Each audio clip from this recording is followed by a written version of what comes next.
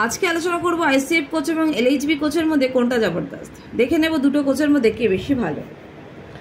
LHB কোচের full form Linke Hofmann Busch, এটা লাল রঙের হয়ে থাকে। আইসিএফ কোচের full form integral coach factory, এটা নীল রঙের হয়ে থাকে ও হালকা বাদামি রঙের হয়ে থাকে। এলএইচবি কোচ সর্বপ্রথম বানানো শুরু হয়েছিল জার্মানিতে, কিন্তু 2000 সাল থেকে পাঞ্জাবের কাপুরথালায় তৈরি হচ্ছে। অন্যদিকে আইসিএফ কোচ ম্যানুফ্যাকচারিং হচ্ছে 1952 সাল থেকে তামিলনাড়ুর চেন্নাইতে। এলএইচবি কোচের বডি স্টেনলেস স্টিলের হয়। অন্যদিকে আইসিএফ কোচের বডি আয়রনের হয়ে থাকে, এজন্য এটা ভারী হয়ে থাকে।